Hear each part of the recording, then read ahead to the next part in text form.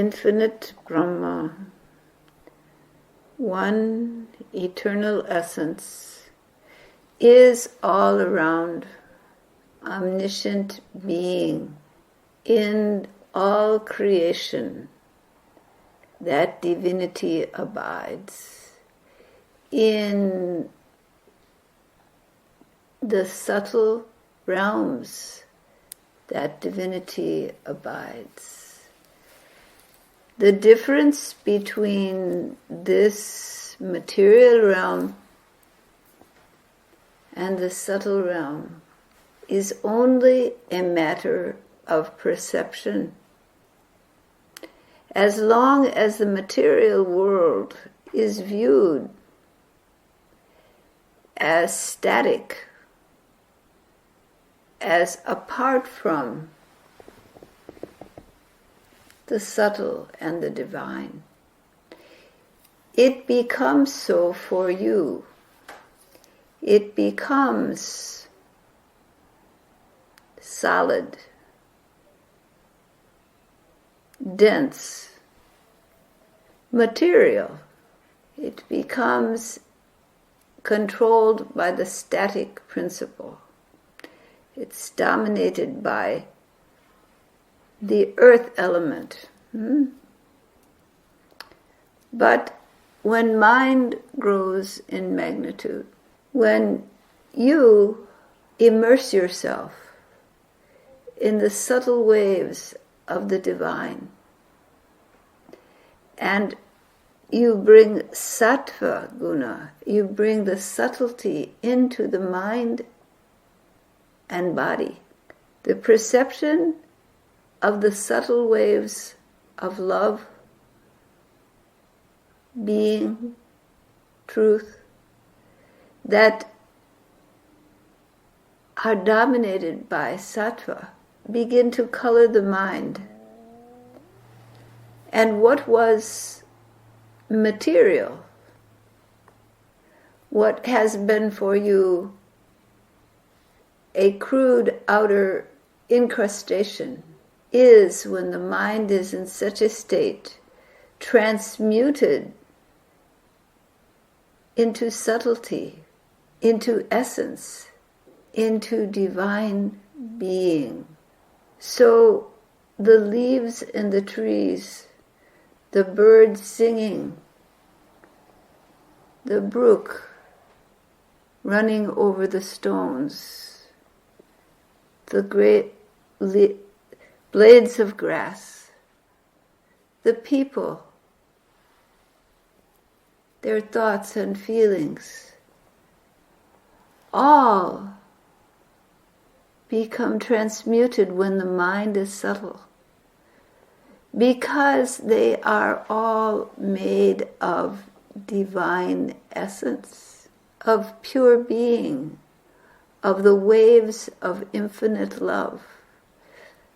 When perceived with subtle eyes, subtle senses, subtle mind, their subtle mental dimension, their subtle aspect of being as part and parcel of the infinite play of consciousness becomes dominant. You no longer see them as crude, outer, static, material forms, but as the very embodiment and manifestation of cosmic love, of divine essence. So, what has changed from when the same material world looks crude, static, and when it is transmuted through connection to subtle divine source into the very embodiment of light, love, and essence, The blade of grass, gently moving with the wind, is the play of the divine in the infinite scheme of the cosmos. The light filtering through the leaves of the tree becomes the play of infinite being, of light and shadow, the dance of love of the divine. Everything is the form of that beloved of your heart.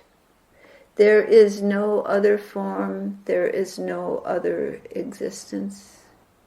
That which was crude becomes subtle. For those who have eyes to see and ears to hear, the true Guru, the one infinite essence, is all around, speaking to you in the birds chirping, delighting you with the sensation of the wind on your face, the sunlight on your skin, the taste of the food in your mouth. You are forever surrounded by the beloved, the infinite one. When your mind dissolves into that one is all that is. The crude becomes transmuted to subtle. The ordinary into the purest gold. This is the process of Tantra. This is the process of transmutation of being. It is a secret science, the alchemical process of transmutation. That which is crude is transmuted to that which is subtle, sublime. This process of transmutation of being, transmutation of perceptual fields, comes through opening one's essence, oneself, to the subtlest realm of being. Not by grasping and acquiring. The ego cannot contain the infinite. But what can be contained is the subtlety of being can contain the ego. When you let go, when you relax back, dissolve your desires, dissolve your judgments, your beliefs, your assumptions into the mind of the infinite. Let them be carried away. And let yourself be blended into that one unitary essence. And there the alchemical transformation occurs. There you are no longer a small,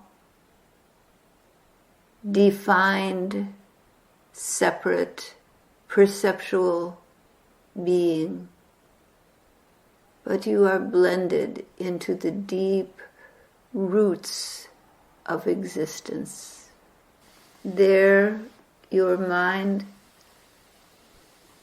lets go into the divine, and your small perspective gives way to the larger truth. This alchemical process is the art, is the science of transformation. That is the foundation of Tantra. So let yourself go into the splendor of divine existence, into the perception of the real. from the unreal to the real, from death to immortality, from the ego to the divine. This is the true journey of the human spirit, the true purpose of human life.